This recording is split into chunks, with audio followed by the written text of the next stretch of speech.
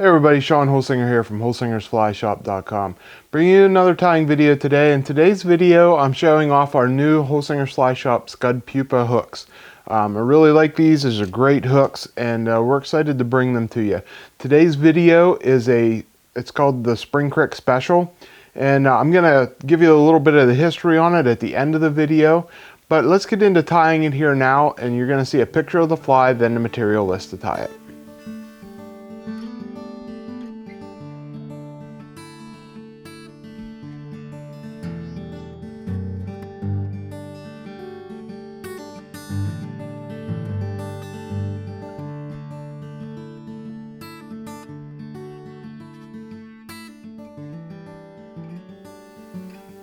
Okay, here we have the Spring Creek Special in the vise. Let's get into tying it. Simple fly and a good one too. This is the first pattern I'm tying on our new Scud Pupa hook. This is the size 18, and you can tie it smaller if you want. I'm tying this on an 18. This is what's been working for me lately, 18s and 20s. For a bead, this bead is a glass bead. This is the iridescent crystal in small. So just put one of those small glass beads on there. For thread, 70 Denier black. You can use pretty much any color you want.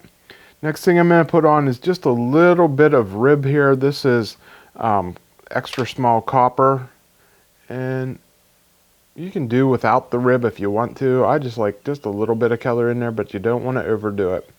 We're going to take that just slightly back around the bend of the hook there. Next thing we're going to put on is some dubbing. This is SLF Squirrel dub, natural gray. Any gray color you have will work here.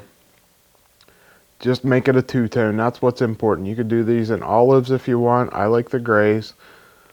And we're just going to put a really fine, thin noodle on there, and we're going to wrap that forward.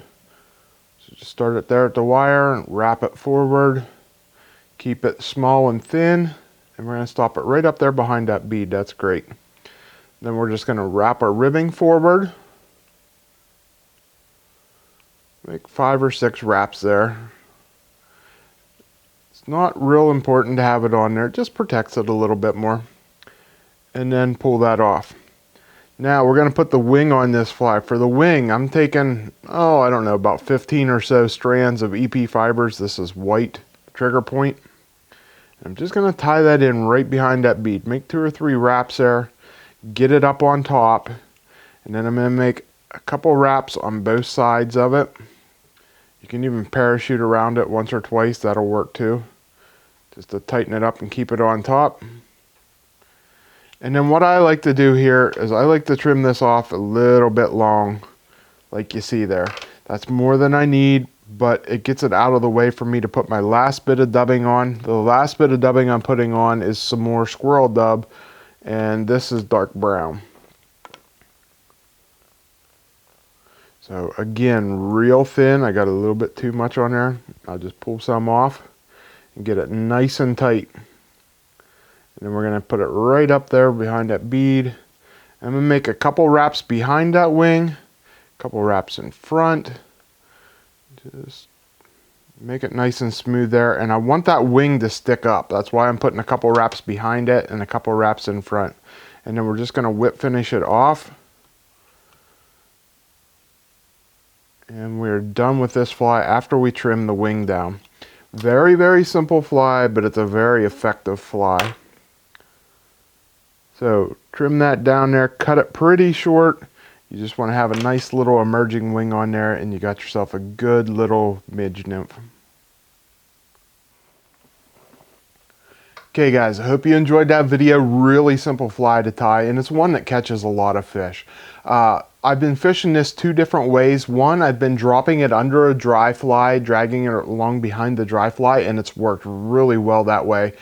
Fishing it during a hatch, I've caught a lot of fish doing that. The other way is I'm fishing it on my nymph rig. When I'm Euro nymphing, I'm fishing this one off the dropper above my point fly, and I've picked a couple up that way on Spring Creek. So it's been working real well for me. I really like this fly. I know it's a little bit out of my wheelhouse, not using a tungsten bead, using a glass bead, but it really works. So anyway, a little bit of the history on the fly here. This is a pattern that my good friend Dave Thomas showed me. He uses it. He has a camp on Spring Creek, and it's an old pattern from Fly Fisherman's Paradise in State College, if you know the shop up there. It's a great old shop, been around forever. When I was young and started in tying, that was a big mail order shop. This is one of their patterns, and it crushes fish on Spring Creek, and it works elsewhere too. I've been fishing it on the streams south of Spring Creek where I'm from, and I've had a lot of success down there with it. So give it a try, guys. You're gonna like it. It will catch you fish.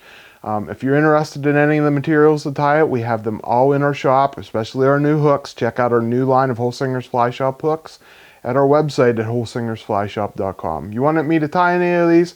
Give me an email or guiding. I'm winding down here for the summer now, but we had a great guiding season this year. If you'd be interested in that, reach out to me at holsingersflyshop@gmail.com. So thanks for watching and supporting our channel, everybody. Until next week when I bring you another video, I'm Shawn Holsinger.